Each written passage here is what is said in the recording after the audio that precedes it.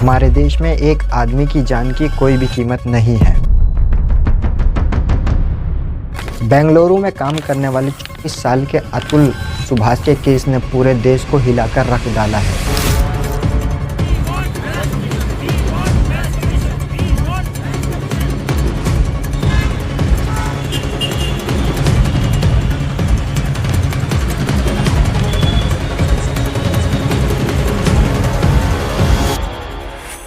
पूरे social media पे ऐसे ही मिलते जुलते हज़ारों केसेस सामने आ रहे हैं। अतुल की तरह ही ये थे ऋषि। जितनी तूने बदनामी करवाई है, मेरी ज़िंदगी तूने पूरी बर्बाद कर दी। मुझे कहीं का नहीं छोड़ा। पूरी ज़िंदगी मेरी बर्बाद है सिर्फ तेरी वजह से। मेरी मौत का कारण सिर्फ मेरी पत्नी है।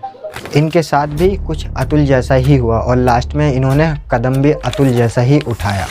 मरने से पहले अतुल ने जो नोट्स लिखे थे, अगर आप वो पढ़ लें तो आपका कलेजा फट जाएगा। उनकी वाइफ और घर वालों के बारे में आप यही सोच सकते हो कि इंसान पैसों के लिए इस हद तक गिर सकता है। इस लेटर में अतुल ने अपने बेटे को लेकर बहुत सारी बातें लिखी। एक बाप को उनके बेटे से मिलने नहीं दिया जाता है, जबकि वो अपनी वाइफ और उसकी फैमिली के लिए सब कुछ करता है। उसके ऊपर इतने झूठे केसेस लगते हैं कि आखिरी में वो मजबूर होकर जान दे देता है। तो मेरा मानना है कि मुझे खुद को ही खत्म कर लेना बेस्ट है मेरे लिए, क्योंकि जो मैं पैसे कमा रहा हूँ उसी से मैं अपने दुश्मनों को बलवान बना रहा हूँ। वही पैसे मुझे ही बर्बाद करने की कोशिश, और ये साइकिल बढ़ता ही रहेगा, है ना। मेरे ही टैक्सेस के पैसे से ये कोर्ट, पुलिस सिस्टम मुझे और मेरी फैमिली को और बाकी लोगों को भी हैरास करता है। अच्छे लोग। वीडियो बनाने का मेरा मकसद ये नहीं है कि मोर्चा निकाला जाए, कैंडल जला के लोग सड़क पे निकले या फिर लोग इसे सोशल मीडिया पे शेयर करें, इनके बारे में ट्वीट करें, बल्कि मैं चाहता हूं कि आगे चल के फ्यूचर में ऐसा केसेस ना हो और किसी भी मेल या फीमेल के साथ ऐसा ना हो जिसकी वजह से वो अपनी जान तक दे दें। बिहार के रहने वाले अतुल सुभाष बेंगलुरु में AI इंजीनियर का जॉब करते थे। अतुल ने अपने आखिरी नोट्स में बताया कि उन्होंने 2019 में एक मैट्रिमोनी साइट से मैचिंग मिलने के बाद निकिता सिंघानिया से शादी की थी। शादी के अगले साल यानी कि 2020 में उन्हें एक बेटा भी हुआ। अतुल ने अपने आखिरी नोट में लिखा कि उनकी पत्नी हर पूजा और शादियों पर 6 साड़ी और एक गोल्ड सेट की डिमांड करती थी। वो अपने नोट में लिखते हैं कि मेरे ही पैसे से मेरे दुश्मन को पावर मिल रही है, मेरे दिए गए टैक्स से गवर्नमेंट मेरे ही पेरेंट्स और मुझे परेशान कर रहे हैं। अतुल कहते हैं कुछ महिला अपने फ़ायदे के लिए वो कुछ भी कर सकती हैं, किसी भी हद तक जा सकती हैं, चाहे वो हस्बैंड पे झूठा एलिगेशन लगाना या दहेज का झूठा इल्ज़ाम लगाना या घरेलू हिंसा का केस दर्ज करना। अतुल ने अपने नोट्स में लिखा था कि मेरी वाइफ उनके घर वालों के पैसों की डिमांड लगातार बढ़ती जा रही थी। 2021 में अतुल जब पैसे देना बंद कर दिए थे, तब अतुल की वाइफ अपने 1.5 साल के बेटे को लेकर घर छोड़कर चली गई। अतुल ने इसके बाद जब अपनी वाइफ से तलाक की मांग की तो अतुल के पत्नी अतुल के ऊपर अलग अलग तरीके के 9 केसेस फाइल कर दिए। यहाँ तक कि उनकी वाइफ ने अतुल को परेशान करने के लिए जौनपुर में जाके केसेस फाइल किए, जबकि वो खुद जौनपुर में नहीं रहा करती थी। अतुल को पिछले 2 साल में जौनपुर 50 से भी ज़्यादा बार जाना पड़ा। पहले अतुल की पत्नी ने उनके बच्चे के मेंटेनेंस के लिए 40,000 की डिमांड की और अपने लिए 1 करोड़ रुपए का हर्जाना मांगा। जब अतुल 40,000 देने को तैयार हो गए तो अतुल की बीवी ने हर्जाने का रकम बढ़ाकर 3 करोड़ कर दिया। अतुल ने जब इस बात की शिकायत जज से की तो जज ने कहा ज़रूर तुम्हारे पास इतने पैसे होंगे तभी तो वो मांग रही है। इतना ही नहीं, जब अतुल ने NCRB के रिपोर्ट को देखकर बोला कि झूठे दहेज के केसेस की वजह से हर साल न जाने कितने ही मर्द सुसाइड लेते हैं, तब अतुल की वाइफ और उनकी सास ने कहा कि ऐसा है तो तुम भी क्यों नहीं कर लेते। आखिरी सुनवाई पे जब अतुल जौनपुर गए तो अतुल की सास ने कहा कि अरे तुम तो अभी तक जिंदा हो, हमें तो लगा कि अभी तक तुम सुसाइड कर चुके होगे। इस पर अतुल ने कहा कि अगर मैं मर गया तो तुम्हारी पार्टी कैसे चलेगी। तो अतुल की सास ने कहा कि वो तो फिर भी चलेगी, तुम मरोगे तो तुम्हारी प्रॉपर्टी तुम्हारी बीवी के नाम हो जाएगा, तुम्हारे माँ बाप के मरने के बाद उनकी प्रॉपर्टी भी तुम्हारी बीवी के ही नाम हो जाएगा, तुम्हारा खानदान सारी ज़िंदगी कोर्ट के चक्कर काटते रहेगा। अतुल ने जज पर भी इल्ज़ाम लगाया कि उन्होंने भी अतुल से 5 लाख की डिमांड की थी।